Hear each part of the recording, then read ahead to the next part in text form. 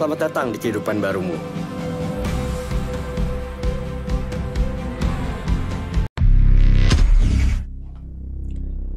Hey. Selamat bergabung kembali di channel BB69.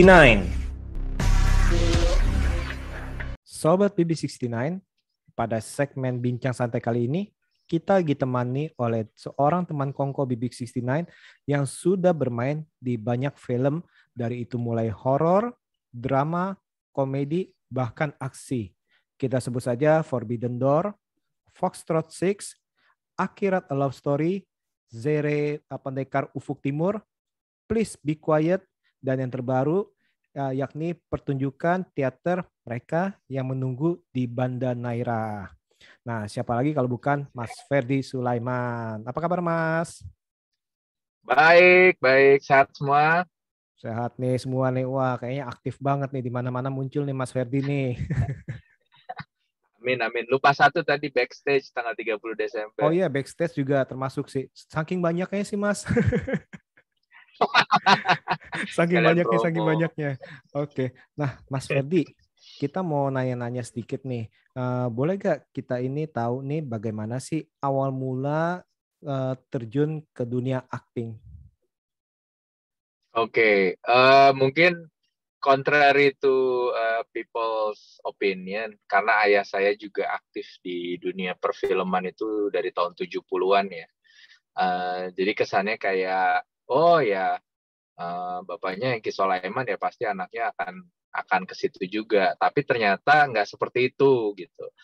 Justru saya waktu itu dari kecil mungkin udah terekspos dengan industri film, jadi sebenarnya saya agak menjauhi. Jadi rumah dipakai syuting, bokap kalau pergi bisa berbulan-bulan syuting, dan jadi saya nggak terlalu ini sama syuting. Tapi kita punya kesamaan adalah kita cinta film dan kita suka nonton film. Dan saya bisa sama ayah saya tuh nonton film 2-3 film maraton di bioskop gitu, karena kita suka nonton film di bioskop. Tapi saya dikuliahkan di advertising design waktu itu di Columbus, Ohio di United States, itu supaya saya kerjanya di advertising. Jadi sama sekali tidak ada sekolah acting atau kepikiran untuk sekolah film gitu. Saya dari tahun 93 di sana, kuliah, lulus, bekerja, sampai 10 tahun kemudian 2003 baru saya kembali ke sini. Rencananya kan waktu itu ngambil advertising karena dunia pertelevisian tuh baru mulai di tahun 90-an dan sepertinya nih iklan akan naik daun gitu. Karena 98-nya krisis, saya nggak jadi pulang, jadi keterusan sampai 2003. Tapi emang dari dulu saya di bidang advertising sebenarnya. Pas kembali, saya masih kerja di bidang advertising, tiba-tiba saya dapat kesempatan memegang promo film layar lebar. Nah, itu juga pengenalan saya ke industri film Indonesia gitu. Jomblo waktu itu pertama kali yang saya kreatif directorin buat promo film. Setelah itu ada Pocong, Maaf Saya Hamil Istri Anda, Ketika Cinta Bertasbih, dan lain-lain. Nah, during mulai kayak tertarik yang dunia film nasional tuh kayak gini gitu kan. Saya dapat tawaran dari teman untuk ngambil sekolah acting di Sakti Aktor Studio, tempatnya Bang Eka. Saya pikir ngapain, saya nggak mau jadi aktor, ngapain ngambil sekolah acting gitu kan. Terus dia bilang, ini bagus banget gitu. Dan dia pikir juga ayah saya aktor, kenapa lu nggak mau gitu kan. Gratis kok, test drive. Oh gratis, oh ya udahlah, gue daripada iseng cobain. Gue nyobain bareng adik gue waktu itu. Pas masuk kelasnya Bang Eka, that same night, itu gue langsung jatuh cinta sama acting. Adik gue udah kelar, nggak mau lagi. Gue nerusin sampai lumayan lah, setahunan lebih lah belajar sama Bang Eka Sitorus. Nah, dari situ tuh gue mulai kepikiran, apakah gue ngambil sekolah acting ya gitu. Cuman tahu nih bokap agak against, ngapain lu gue kuliahin di luar kalau ujung-ujungnya ngambil acting kan. Jadi gue backstreet sebenarnya. Gue ngambil sekolah, tadi ada 2 pilihan, gladiator di teater populer. Tapi ya itu kan semua teman-temannya bokap kan, ada Om Slamet Raharjo dan yang lain-lain. Jadi kayaknya kalau gue masuk ke sana gue akan jadi anaknya Hengki Soleman gitu. Jadi gue akhirnya menghindari itu. Gue masuk ke tempat yang nobody knows me aja deh. Gue masuk ke Sakti Aktor Studio, tempatnya Bang Eka Sitorus. Dan itu gue lakukan backstreet selama berapa lama. Pas udah ujian, kita mentas monolog dialog waktu itu. Baru undang bokap. Pap, aku sekolah acting nih, mau nonton gak ujiannya gitu. Bokap datang sendiri pada saat itu. Nggak terlalu ngasih komen gimana, tapi at least yang, oh dia nggak apa-apa nih gitu kayaknya kan. Terusin lagi intermediate, advance class, mentas lagi 2 jam yang bareng Arifin Putra pada saat itu bahasa Inggris. Undang lagi dong bokap, ini ujian intermediate, advance nih gitu. Dia datang bawa temen, bawa Mas Garin kalau nggak salah pada saat itu. Ya dari situ gue berasa yang kayaknya udah di approve deh, kayaknya gue boleh deh ngambil bidang ini gitu. Jadi habis dari situ udah akhirnya gue menentukan jalan gue sendiri, gimana caranya terjun ke dunia seni peran. Dan waktu itu bokap nggak terlalu ngebantu sih. Ya udah jalan-jalan tapi kayak kita jalan sendiri-sendiri gitu. Sampai akhirnya ketemu di satu film. Film pendek yang pertama di Cinta, CIN, T-nya huruf kecil, A. Jadi kayak Cina kalau dari jauh bacanya. Sama habis itu film layar lebar pertama kita tuh Karma. Bareng Joe Taslim sama Jenny Chang dan Dominic Diose. Gitu. Udah deh, habis itu ketemu terus 8 apa 10 kali ketemu bokap di satu film. Setelah itu. Gitu ceritanya. Jadi ya beda mungkin sama yang orang-orang pikirkan, ternyata sempat backstreet dulu di awal. Nah, itu dia tuh menarik, itu kok lucu juga sih sempat backstreet ya, dalam arti anak seorang aktor ingin mencoba masuk ke dunia peran tapi takut dilarang. Itu suatu istilahnya. Iya, karena waktu itu mungkin ya dunia aktor itu kan mungkin nggak semenjanjikan dunia advertising di agency mungkin. Dan waktu itu kita sebenarnya satu keluarga tuh kayak satu advertising agency. Saya creative director, ayah saya juga sutradara iklan juga, selain dia dulunya juga sutradara film. Terus kakak saya itu di account manager, terus adik saya tuh produser iklan. Jadi itu sebenarnya kalau kita semua dikumpulin tuh jadilah satu agensi gitu kan. Jadi sama sekali nggak kepikiran bahwa akan mendalami seni peran gitu. Kita pikir tuh saat itu ayah saya pelan-pelan mengajarkan saya justru menjadi director, bukan menjadi aktor. Gitu. Oke, menarik. Nah, kira-kira nih suka duka yang dialami saat menjajaki karir atau selama ini apa nih yang dialami? Sebenarnya gini ya, meskipun ada suka atau duka gitu, yang waktu itu membuat saya turning point kenapa saya mau ke sini adalah saya ngelihat ayah saya itu sama saya mengalami masa kerja yang berbeda. Di mana saya waktu itu kayak bangun pagi-pagi atau ketemu klien meeting gitu di dunia advertising tuh kayak aduh capek banget gitu mau siap-siap, dan kayak ya lah kadang-kadang ada tuh kan klien-klien iklan yang kreativitas kita tuh nggak dihargai lah gitu. Maunya dia aja gitu yang the golden rules kan, who had the gold rules gitu kan. Siapa yang punya duit akan berarti. Jadi kok gue berasa capek ya gitu, kerja berapa belas jam for iklan atau apa, tapi gue nggak berasa satisfied. Terus ngelihat bokap gitu kan, pulang jam 4 pagi, bangun lagi jam 8, kok mukanya happy gitu.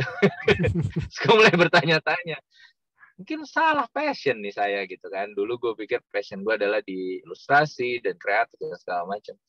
Tapi pas dijalanin kerja kok I'm not happy. Dan pada saat jadi aktor, meskipun ada dua konotasi nih. Kalau pada saat kita dapat syuting luar negeri, dapat film yang keren, kita selalu bilang emang enak jadi aktor gitu ya. Tapi pada saat kita kayak syuting sampai subuh, suruh nyebur kali atau retake adegan yang bikin capek, emang enak jadi aktor kan gitu. Kata-katanya sama, konotasinya beda.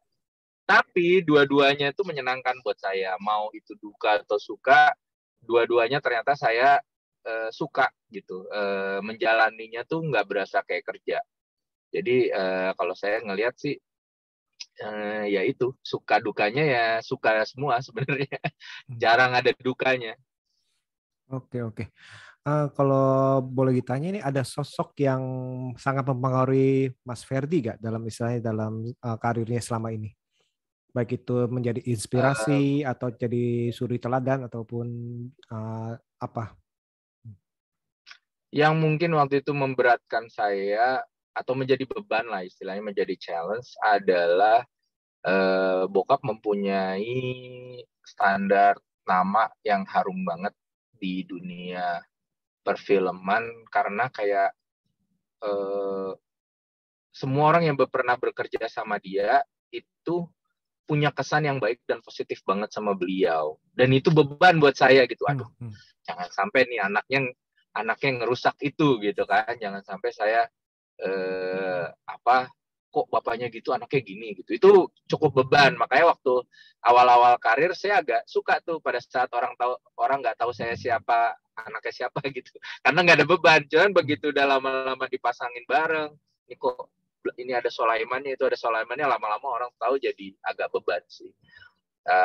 Tapi at the end of the day dia adalah salah satu orang yang jadi panutan juga gitu. Kalau ada yang pernah syuting sama bokap, dia tuh datangnya bisa lebih pagi dari genset, dimana disiplin sebagai seorang aktor itu benar-benar dibawa dari teater sampai dia itu tuh sama gitu, karena dia pernah nyutradarain juga, pernah jadi unit juga. Maksudnya dari yang istilahnya posisi yang paling rendah dan paling tinggi dia pernah ngerasain gitu. Jadi respect dia terhadap suatu produksi itu menurut saya menjadi saya punya acuan ya, bahwa oh ya kita kadang-kadang jadi aktor, tapi ada saatnya misalnya kayak sekarang saya mulai belajar belakang kamera atau menghargai kru, menjadi produser dan segala macam.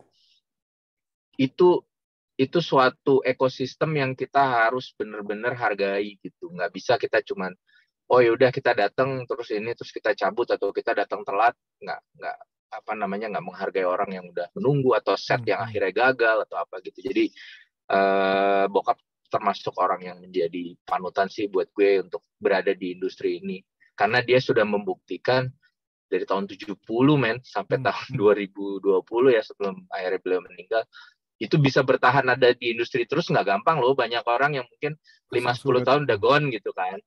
Iya, tapi ada orang-orang yang lama nih kayak Om Slamet, Tante Nini, dan Papa dan yang lain-lain tuh, mereka tuh bisa berada terus di industri, berarti ada satu kompetensi dan juga image gitu kan, betul. Buat pengakuan gitu, bahwa oh emang ini orang yang layak ada di industri gitu. Oh, keren. Nah, Mas Ferdi, ada pengalaman yang paling berkesan nggak selama ini, selama dalam berkarir? Yang paling berkesan ya bermain film satu frame sama bokap ya, karena selama kecil itu kan selalu ngelihat dia di layar lebar. Kadang-kadang sampai kita kenalin suaranya muncul di muka orang lain gitu kan, karena dulu bokap dubber juga.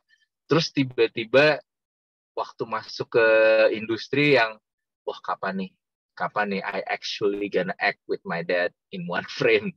Nah itu saya ngerasain banget pertama banget di Cinta, film pendek Cinta waktu itu sama Titi Schumann, waktu itu masih sebelum menjadi Raja Bintang. Sutradaranya Steven Vasius, dia emang kayak mau menyatukan kita gitu. Dan seru sih, maksudnya bokap dari latar belakang pendidikan teater yang berbeda, jadi kayak kita banyak argumen, tapi kita kayak passionate dua-duanya pengen memberikan yang terbaik gitu. Itu menjadi pengalaman yang nggak terlupakan sih. Apalagi habis itu Karma, itu juga layar lebar pertama kita, di mana saya memerankan karakter yang munculnya mungkin banyak gitu, 40-50 scene, tapi dialog cuma satu gitu kan, karena dia ada sedikit gangguan jiwa. Akhirnya saya menyendiri tuh setiap kali udah make up, oke, saya bilang sama Mas Rada, saya ada di ruangan ini ya, saya nggak ngomong sama siapa-siapa, saya ada di sini gitu, biar nggak ganggu transformasinya. Nah itu beberapa pemain atau beberapa tuh kayak menganggap itu ngapain sih si Ferdi ngurung diri apa-apa gitu, jadi agak-agak autis atau gimana gitu ya. Nah itu saya tahu setelah syuting bahwa bokap sempat belain, oh itu dia metodik ini begini gini gitu. Dibelain sama, kebetulan karena syuting sama ayah sendiri jadi ada yang belain gitu kan, ada yang ngomongin di belakang, dan itu berkesan banget sih, meskipun pas syuting saya kayak benar-benar jaga jarak sama beliau, tapi ternyata being in one production with him tuh selalu punya kesan tersendiri ternyata gitu. Oke, menarik nih. Nggak awkward ya, dalam arti dengan orang tua sendiri bermain satu scene itu bukannya berat, bukannya aduh gimana nih, atau awkward nih meranin, istilahnya kan peran berbeda dengan kehidupan sehari-hari, nggak ada rasa itu. Bukan awkward, malah excited. Saya tuh yang pengen banget dan belum kesampaian tuh adalah main satu panggung. Karena saya nunggu-nunggu kesempatan itu gitu. Di film kan berapa kali yang bareng kayak di 7 hari 24 jam yang bareng Lukman sama Dian Sastro juga kan jadi dokter ayah anak gitu. Wah itu seru banget, kita reading terus dan ini terus gitu. Dan saya nunggu ya kapan ya kalau mentas kayaknya bareng seru banget nih gitu. Cuman belum kesampaian aja sih ya. Malah excited saya bisa satu panggung atau satu frame sama beliau. Oke, keren nih. Nah, sekarang nih tadi kan ngomong yang paling berkesan. Nah, tantangan yang paling besar yang pernah dihadapi apa nih untuk Mas Ferdi? Nah, kalau saya lihat sih tadi itu bahwa dunia ini saya udah akhirnya pada saat saya memegang promo layar lebar, terus saya memasuki dunia acting, saya memutuskan untuk, kalau di dunia advertising kan kita harus mempelajari semua industri ya. Kita dapat iklan HP ya, kita pelajari teknologi, kita lagi dapat iklan rumah sakit, kita pelajarin healthcare, kita dapat otomotif gitu kan, kita belajarin itu. Nah, saya memutuskan untuk saya mau coba melatih keahlian di satu bidang aja nih, di satu industri aja gitu, biar mantep. Dan itu saya pilih industri film. Tantangan menurut saya yang paling sulit adalah bagaimana kita bisa berada di satu industri itu dalam jangka waktu yang panjang gitu. Untungnya saya udah punya ayah saya sebagai contoh yang I watch him since I was a kid gitu ya kan. Dari dia mulai jadi cuman unit, terus dia ngastrada, even megang makeup, even jadi produser, nyutradarain, nulis. Jadi kayak, mungkin itu yang bahwa you have to always learn new things within the industry gitu, yang akhirnya membuat kita jadi fleksibel dan versatile gitu. Makanya selain harus terus menjaga kompetensi dan nama baik, kita juga nggak boleh berhenti belajar untuk selalu membekali kita dengan ilmu yang baru. Jadi jangan pernah puas juga dengan apa yang kita udah dapat sekarang. Yuk apalagi nih gitu. Jadi itu sih yang tantangan terbesarnya, bahwa 20 tahun, 40 tahun dari sekarang Ferdi Sulaiman masih di film nggak ya gitu kan. Apa udah ngerjain yang lain gitu. Kalau saya sih sebenarnya saya udah cinta banget sama industri ini, so I wanna stay here gitu. Oke, keren nih. Apalagi udah dikasih kisi-kisinya sama papa ya, dalam arti harus banyak harus belajar new things, dalam arti kadang-kadang kan ya mungkin kita sebagai orang lama istilahnya dalam satu bidang merasa loh dulu kan gini, tapi kan kita kan ya tadi itu nggak fleksibel ya, akhirnya kalau nggak fleksibel ya patah akhirnya digantikan dengan yang lain sih. Wah keren tuh. Iya, jangan langsung buru-buru merasa expert terus kita nggak mau belajar lagi, wah barah tuh, selama berapa tahun kita akan ketinggalan langsung. Betul. Apalagi sekarang ini namanya teknologi, jadi istilahnya untuk mencari ilmu pengetahuan itu sangat-sangat cepat ya, dan berkembang, berputar dengan cepat sekali. Oke, keren.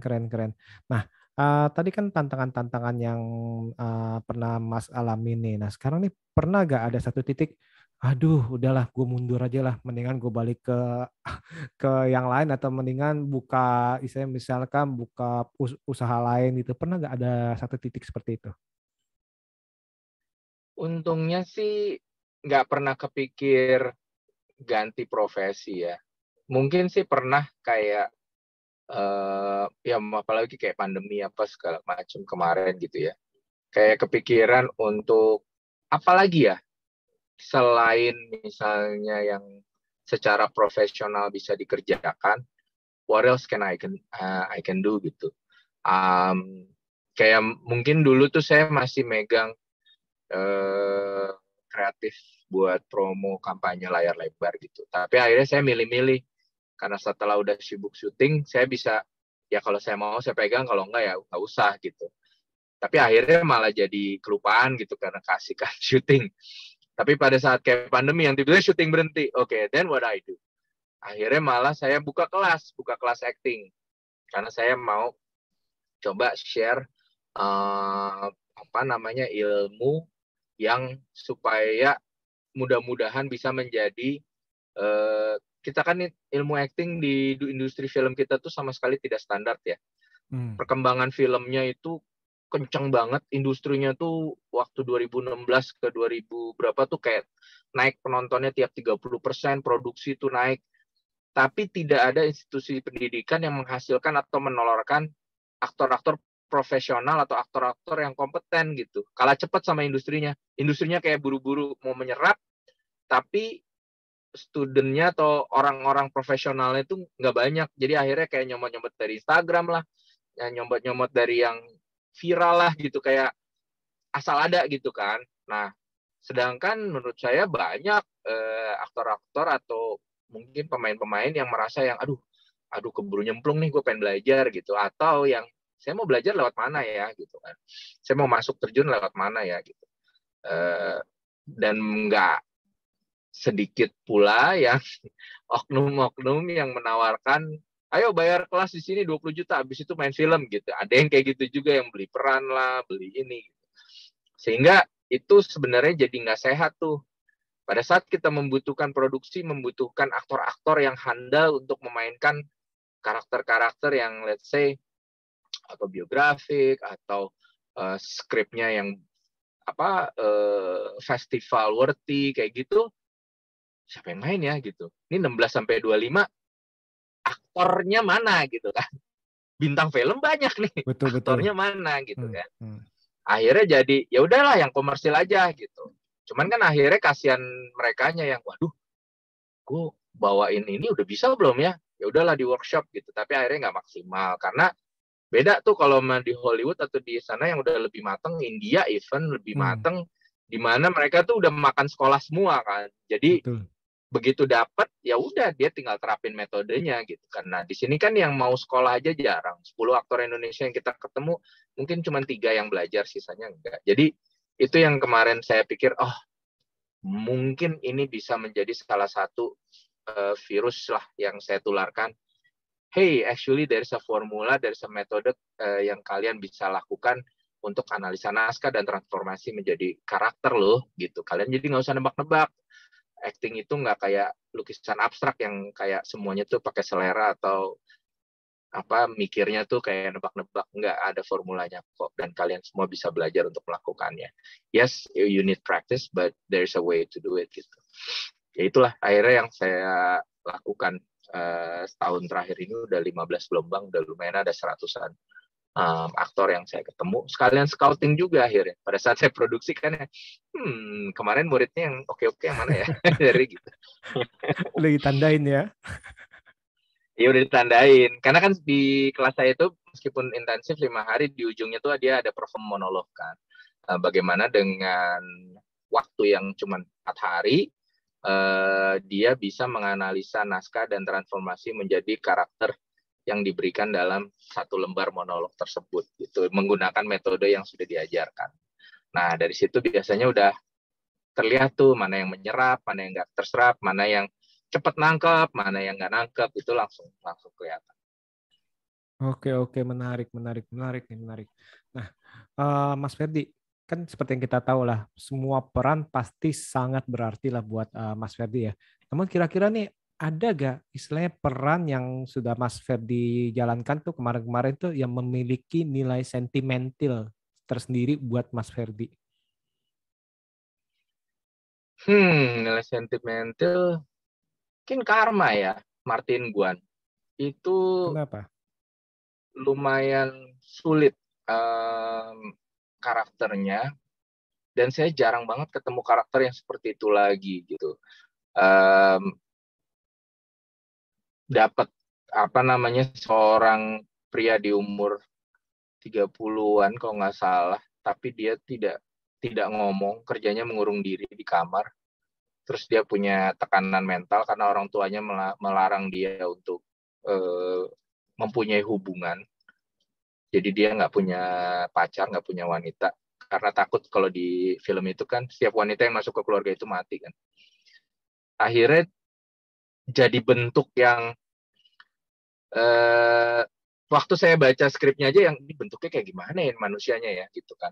Tapi akhirnya saya cari, begitu saya tawarkan, mereka langsung oke.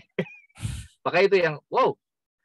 Dan waktu itu kayak saya masih baru awal-awal deh, kayak baru film ke-8 apa ke-7 gitu. Jadi yang wah, semua apa yang saya pelajari itu saya bisa taruh di karakter tersebut.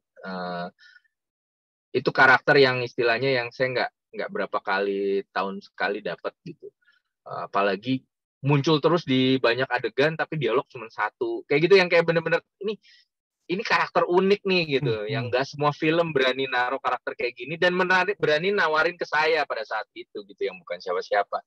Jadi itu lumayan ini sih buat saya, lumayan punya arti besar dan punya kesan besar karena saya dipercaya untuk memainkan karakter tersebut. Naskahnya ditulis sama Naristo, disutradarai sama Alan waktu itu.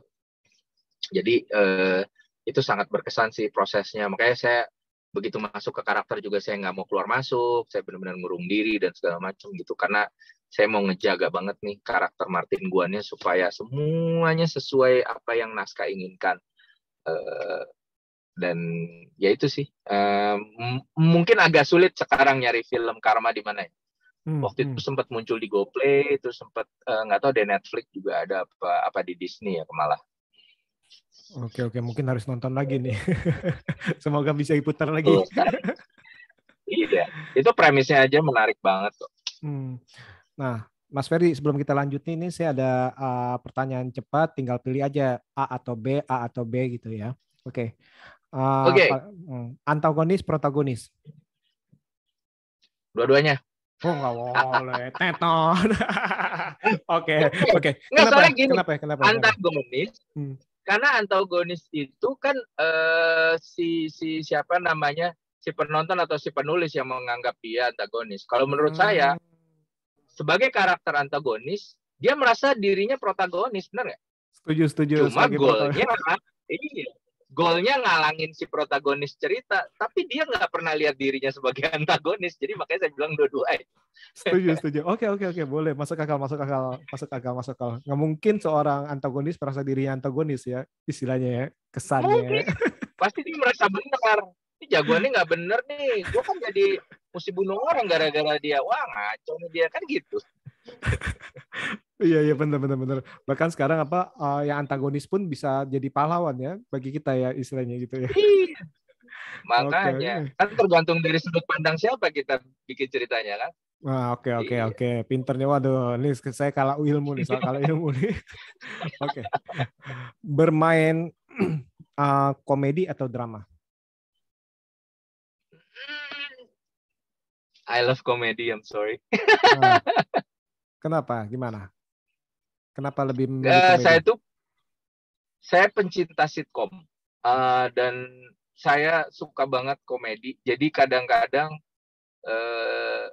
di satu hal yang dramatik dan tragedik atau action atau apa tuh saya nyari lucunya kadang-kadang. I don't know, I just have that in my head gitu, yang something yang sedark apapun bisa jadi lucu. Dan kalau suruh milih, ya komedi itu lebih sulit dicapai sebenarnya, dan tantangannya itu yang saya suka. Itu mudah-mudahan eventually I can direct sitcom atau something, karena formula komedi itu menarik banget untuk dipelajari dan dikuasai. Setuju. Komedi itu mungkin punya kesulitan tertentu karena mungkin bagi kita nih di pikiran lucu, tapi pas penonton kita sampaikan, kok penonton pada diem gitu ya. Mungkin seperti itu kali kesulitannya ya. Nah, ini kalau menurut saya adalah yang satu hal yang harus disamakan adalah selera humor dulu.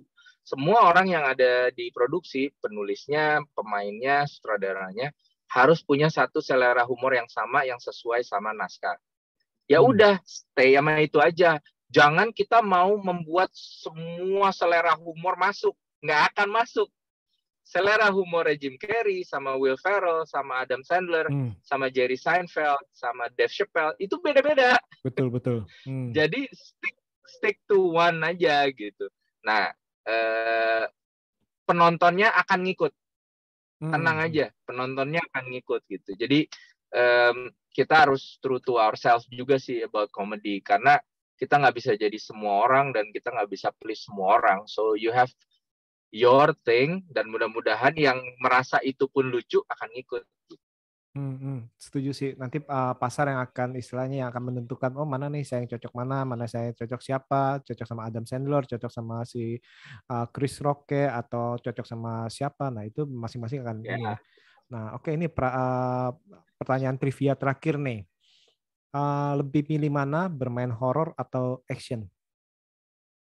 Action. Horor bukan apa-apa bro. Kayaknya capeknya sama ya. Tapi gue tuh ini insight juga nih. Gue tuh sebenarnya dulu nggak tahu kenapa setelah gue kuliah di luar dan ini gue jadi agak OCD dan germofobik. Jadi sebenarnya gue agak males kotor. Jadi gue kadang-kadang tuh kalau di film horor tuh kayak wah disuruh dari darah di ini, terus kayak ada hantu lah, ada segala macam, lendir dan segala macam. Nggak tahu kenapa. Kan action ada kayak gitunya juga ya. Wah guling-gulingin apa. Tapi masih lebih mending kalau disuruh milih dua ya. Even komedi juga kadang-kadang tuh slapsticknya apa ya germ ininya juga banyak lah. Makanya gue nggak mau tuh kalau yang ada yang apa minum terus semprot air apa segala macam, ya tak cari triknya gimana lah kalau nggak bener-bener gitu. Pakai sedotan, pakai semprotan aja. Itu. Iya tuh semprot sedotan atau gimana lah gitu, dipikirin lah gitu, jangan beneran. Karena kalau ya horor kadang-kadang susah, suka ya habis gimana udah begini. Ada yang kayak kalau hantu-hantu yang mana kan yang sampai wah netes-netes kayak gitu. Waduh, gue kadang-kadang suka berat. Kayak gitu. Mending action sekalian deh. Lecet-lecet, baret-baret apa segala macem nggak apa-apa. Bukan karena pengalaman ketemu horor beneran ya, enggak ya? Enggak. Nah, lucunya gue nggak sensitif, jadi gue jarang merasakan apa-apa. Jadi gue kalau horor, yang Karma itu aja kan gue syuting banyak banget kejadian. Rumahnya aja udah agak aneh. Tapi ya gue nggak berasa apa-apa. Cuman ya orang yang nonton di bioskop ngerasain kehadirannya. Oke, menarik. Oke, nah kita langsung kembali ke pertanyaan nih. Oke, nah baru-baru ini kan tepatnya pada tanggal 17 Desember di channel YouTube Indonesia Kaya tayang sebuah pertunjukan teater yang diangkat dari novel Bung di Banda, di mana Mas Ferry sendiri nih menjadi salah satu pemerannya. Boleh cerita sedikit Kak, bagaimana bisa terlibat di dalam pementasan tersebut? Jadi dulu sebelumnya saya pernah kerja sama Titi Mangsa Foundation juga, yang dimotori oleh Happy Salma. Dulu juga sempat sama Kang Wawan juga, sutradaranya Kang Wawan Sofyan. Dan waktu itu ada beberapa kali sih Happy nawarin, terus schedule bentrok nggak jadi. Habis itu ditawarin ini, Fer mau nggak? Kita mau ngangkat cerita Bung di pengasingan di Pulau Banda. Ntar bareng Lukman, bareng Reza, bareng Tanta. Sebelum dia ngomong selesai aja, saya udah yes gitu. Karena waktu itu ditawarin pas lagi pandemi, terus habis itu saya udah nggak nginjek panggung, udah lumayan lama gitu. Jadi mentas sama siapa aja hayu gitu, yang penting mentas gitu. Ini bener di on stage offline ya Teh ya, aku bilang iya kita on stage nanti beneran mentas, mau saya bilang. Ya udah jadi beneran kayak ini sih, ketiban durian runtuh sih. Itu kok bisa ya lagi masih pandemi udah bisa mentas di panggung tuh, menurut saya kesempatan emas yang nggak bisa dilewatkan. Oke. Itu persiapannya berapa lama tuh? Kira-kira sih, nah enaknya Titi Mangsa itu dia ngerti gitu, karena pemain-pemainnya kan kadang-kadang aktor yang aktif ya. Jadi kita 3 bulan itu awal-awal masih seminggu 2 kali, dan waktu itu karena memang lagi kenceng pandeminya, bisa Zoom dulu untuk analisa naskahnya gitu, nggak harus datang ketemu. Tapi begitu udah 1,5 bulan terakhir mulai intens tuh latihannya, mulai hampir tiap hari, dan beberapa emang harus tatap muka gitu. Juli aja yang emang nggak banyak bareng kita, itu sempat latihan sendiri di rumahnya aja tuh, terpisah sendiri gitu, Julia Estelle. Saya baru ketemu Reza setelah dia selesai FFI sebagai ketua panitia. Sibuk soalnya. Jadi benar-benar sibuk banget ya. Kebayang nggak tuh nyatuin schedule Reza, Lukman Sardi, Tata Giting, Julia Estelle gitu kan. Sama Om Willem saya juga kenal baik. Jadi 3 bulanan, tapi intensnya kayaknya di sebulan terakhir sih. Oke. Nah, kalau gitu tantangan terbesar dalam berperan di pertunjukan ini apa nih untuk Mas Ferdi nih? Kalau menurut saya sih salah satu, sebenarnya bisa dibilang tantangan tapi yang menyenangkan ya, adalah kalau familiar sama Gedung Kesenian Jakarta, itu kan ada panggung sama area penonton. Nah, karena pada saat itu tidak dibukanya penonton umum, sehingga penontonnya naik ke atas panggung tempat duduknya. Jadi panggung kita ada di panggung di atas panggung, terus penontonnya semua di panggung, melingkari si pulau dalam tanda kutip panggung kita itu. Nah, itu jadi intimate banget. Bener-bener kayak kita bisa pegang gitu ya, bajunya Reza tuh bisa kita tarik gitu kan. Sedekat itu. Nah, tantangannya adalah everything you do, right or wrong, itu akan ketahuan. Kalau kita bawain misalnya lupa, atau ngeblank, atau nggak pakai rasa, atau itu bakal ketahuan. There's nothing between us, nggak ada lampu, nggak ada smoke, nggak ada apa yang membatasi antara pemain dan penonton. Even perombakan set dari satu adegan ke satu itu kelihatan oleh penonton, dan yang memang dikonsepkan seperti itu sama Kang Wawan. Jadi itu menurut saya serem-serem sedap, di mana yang enak banget nih, energi penonton benar-benar kita langsung rasain di badan, karena pada saat mereka ketawa, saat mereka terharu apa segala macam, itu langsung connect tuh, nggak ada jarak sama sekali, dan itu menyenangkan banget sih, nagih banget sih menurut saya. Oke, ini justru yang tadi saya mau nanyakan adalah sebenarnya apa sih yang membedakan berperan di dunia perfilman dengan di teater kan? Mas Ferdi kan latar belakangnya kan belajar dari teater dulu ya, habis itu baru turun ke dunia film. Itu sebenarnya tuh perbedaan-perbedaan yang signifikan yang Mas Ferdi rasakan apa tuh? Jadi mungkin ada orang yang membeda-bedakan, acting teater gini, acting film gini, acting TV gini gitu ya. Tapi kalau menurut saya sih sebenarnya dasar pemahaman actingnya itu sama. Cuman memang ada medium yang berbeda. Nah, pada saat kita on stage itu seluruh tubuh dari ujung ke ujung itu terlihat oleh penonton. Sehingga pada saat kita wanna tell the story as a character, aktor yang ngatur tuh energinya mau kemana. Mau ke satu objek di tangan kah? Mau penonton ngelihat saya bergerak dari ujung kaki sampai ujung kepala? Atau saya pengen fokus penonton di mata saya, di mukanya aja gitu. Itu aktor dan penontonnya tuh punya kontrol seluas itu. Perbedaannya kalau di film itu sudah jadi milik sutradara dan ditentukan oleh shot kan. Dia mau tell the story mulai dari tangan, pen ke atas, ngepen atau tilt gitu kan, atau dari jauh dulu siluet, dia pandang-pandangan sama lawan mainnya, baru close-nya. kita kehilangan itu di film. Tapi kalau di panggung, we are the storyteller, bener-bener langsung gitu. Meskipun sutradara udah blocking dan apa, kita yang ngatur fokus penonton mau kemana, energinya mau kemana. Regardless ada yang bilang, oh acting harus besar, harus lebar gitu. Kalau menurut saya enggak sih, kalau udah main energi, pada saat kita sejujur-jujurnya mengekspresikan diri kita sebagai si karakter, mau kita melakukan hal yang kecil pun energi penonton akan connect ke situ. Yes, tanpa betul. Kita harus yang wah gitu, teriak-teriak atau itu. Karena itu ada cerita lucu, cerita bagus dan lucu. Uta Hagen waktu itu saya pernah ikutin video seriesnya. Dia itu pergi sama teman-temannya nonton Broadway pas lagi gladi kostum kalau nggak salah. Teman-temannya ini semua acting coach, aktor-aktor besar semua. Dan mereka tuh nonton pada saat sebelum orang umum nonton.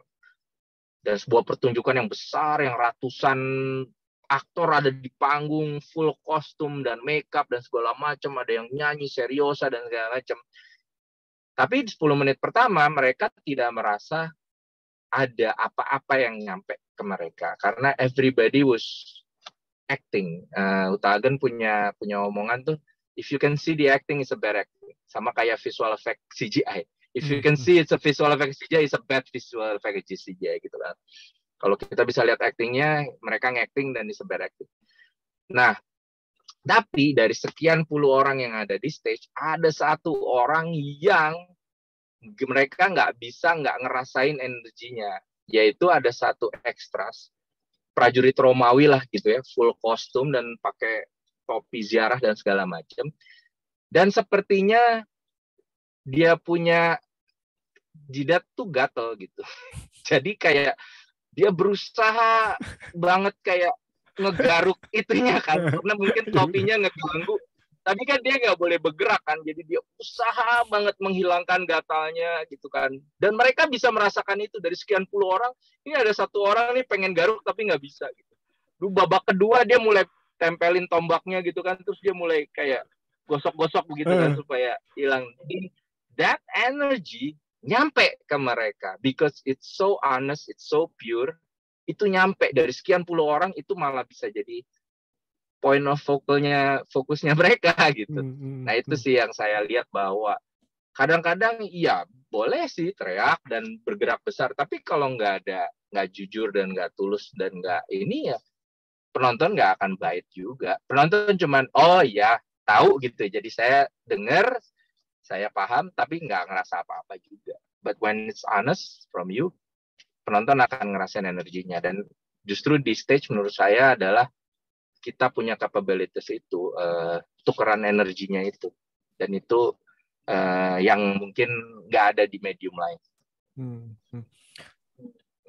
Terus kalau di panggung teater kan nggak ada istilah cut ya. Yes. Jadi nah, itu juga nikmatnya tuh. Gimana tapi itu nikmatnya loh. Karena gini, pada saat kita mentas teater dari awal sampai akhir gitu, karakter kita mengalami secara kronologis kejadiannya, benar nggak? Jadi emosinya tuh numpuknya tuh secara kronologik.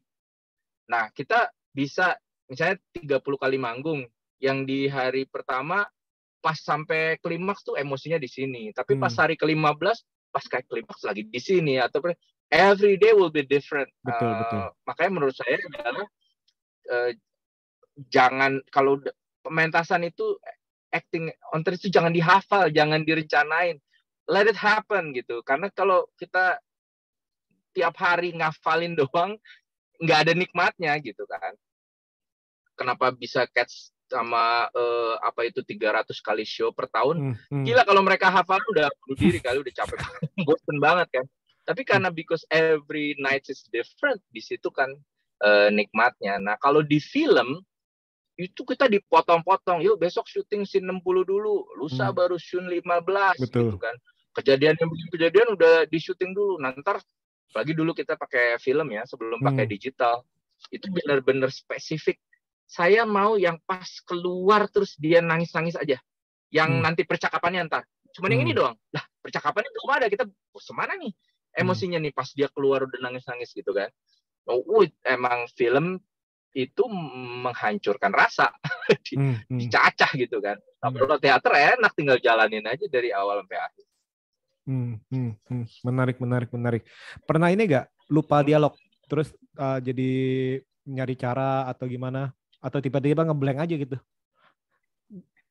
Nah, untungnya saya punya latar belakang pendidikan di mana saya dilatih sama Bang Eka Sitorus dulu untuk membawakan dialog itu word by word sampai ke tanda baca. Untuk kita cari kenapa penulisnya begini, kenapa kata ini dulu baru kata ini, kenapa ada tanda baca ini, titik tiga maksudnya apa. Sehingga saya terbiasa sekali untuk very detailed on dialogue. Tapi saya pernah mentas sama yang let's say belum sepengalaman dan dia mengalami itu. Jadi saya pentas berdua lagi ya, pentas berdua doang. 3 kali waktu itu mentas. Pementasan pertama dia skip 3 halaman. 3 halaman, oke. 3 halaman, bukan 3 kata, 3 kalimat ya, 3 halaman, oke. Iya, 3 halaman. Jadi begitu cek, terus dia pindah langsung, brung, oh sudah di sana, ya sudah, saya ikutin kan. Pementasan berikutnya cuman beberapa paragraf hilang. Gitu. Pementasan berikutnya baru full. Tapi buat saya nggak apa-apa, karena yang tahu cuma kita aja. Penonton nggak tahu. Dan saya juga nggak mau bikin penonton berasa kan. Pada saat kita main, apapun yang terjadi, terjadilah. Gitu. Saya akan mainin karakter saya, dia akan mainin karakter dia. Ya udah, nggak ada yang tahu sih. Cuman saya tahu seberapa banyak dialog yang hilang. Gitu. Dan ayah saya juga seperti itu. Pada saat dia bermain, film maupun teater, dia nggak cuma ingat dialognya dia, tapi dia juga ingat dialognya orang gitu, dia tahu dialog lawan mainnya. Saya jadi punya kebiasaan yang sama karena memang di teater kan bisa 60 halaman, we know word by word gitu. Menarik. Nah, Mas Ferdi, ini penonton mereka yang menunggu di Banda Neira udah 13K nih, 13.000 penonton. Nah, gimana nih kalau melihat respon penonton seperti ini nih, apakah istilahnya sebenarnya itu penonton Indonesia itu senang nih melihat pementasan? Cuma kan kadang-kadang kan kita kan ya ke gedung kesenian atau kemana kan kadang-kadang kan terbatas tuh istilahnya. Gimana Mas kalau menurut Mas melihat ini? Menurut saya sih ini jadi membuktikan ya bahwa penonton Indonesia merindukan hal-hal di luar dari yang sudah biasa gitu ya, bahwa pementasan tentang sejarah gitu kan, tokoh itu pun diminati gitu. Kalau nggak salah di hari pertamanya atau hari keduanya itu aja udah 8.000. Betul. Sekarang udah 7.000, 8.000 betul. Jadi kayaknya wah, apa kita bawa keliling ya? Minatnya ada dan thank you banget sih buat Happy Salma, Kang Wawan dan semua yang di Titi Mangsa bahwa kok bisa ya mereka merasakan bahwa ada nih minat penonton di pementasan yang seperti ini gitu dan dibungkus dengan sangat sederhana tapi juga meaningful gitu. Yang benar-benar layak untuk disaksikan live maupun lewat YouTube gitu menurut saya gitu. Karena kan kita lagi nggak bisa nih bikin produksi yang besar dengan teknik lighting dan apa gitu kan, krunya juga harus dibatasi apa gitu. Tapi minatnya dapat loh meskipun kita coba concise it into a small production gitu. Jadi bersyukur banget sih ada minat penonton yang banyak. Iya. Ini keren nih. Jadi para sobat BB69 yang belum nonton di channel YouTube-nya Indonesia Kaya nih. Ini pokoknya keren nih. Akan tayang bisa ditonton gratis 6 bulan ya. 6 bulan ya. Setelah 6 bulan nggak tahu mungkin ditarik atau gimana, nggak tahu nih. Oke. Mudah-mudahan baru 6 bulan kitanya udah keliling. Betul. Amin. Semoga udah stabil untuk bisa buka on-site ya, dalam arti panggung segala macam. Nah, Mas Ferdi, kira-kira nih apakah ada pesan untuk para sobat BB69 yang mungkin ingin coba meniti karir di dunia peran?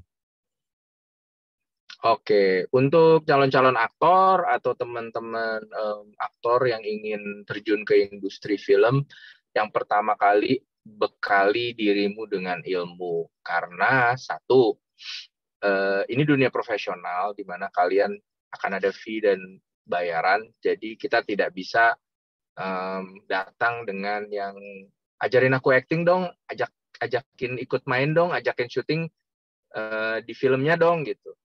Itu nggak bisa, kasihan nanti kalian akan dimarahin dan diinjak-injak sama produksi. Jadi datanglah dengan ilmu, datanglah dengan penawaran. Kalau misalnya belum ada, cari pelatihan banyak.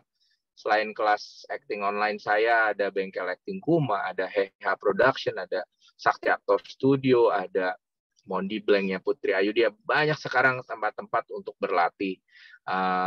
Beneran berlatih ya, maksudnya jangan beli peran, jangan bayar untuk habis ini saya main syuting apa, semua tergantung dari kita.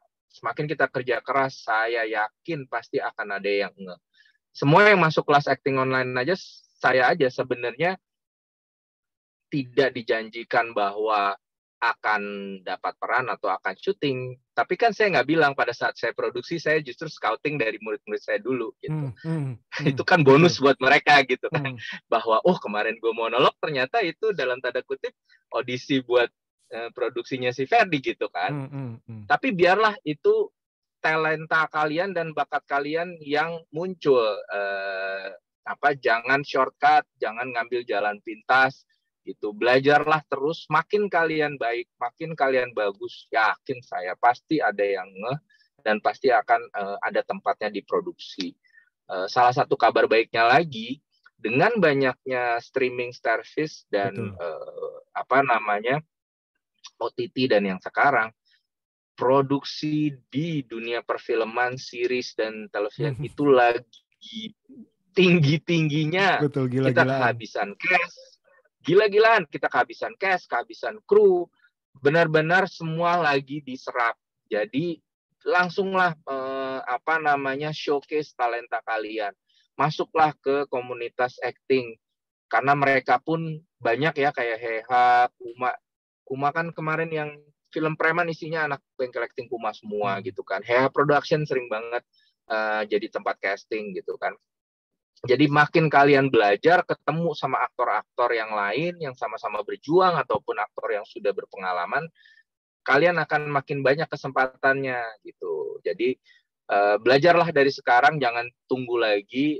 Kalau mau belajar sama saya, nanti paling tunggu kelas acting online saya di bulan berikutnya. Mudah-mudahan saya ada waktu untuk bisa buka 5 hari kelas acting online lagi. Kalau enggak, banyak kok tempat-tempat lain di Jakarta yang juga buat pelatihan acting, dan akhirnya bisa jadi komunitas buat acting kalian. Kalian bisa keliling gitu kan, belajar di Kuma, belajar di Heha, di Tetas, di Mondi Blank gitu.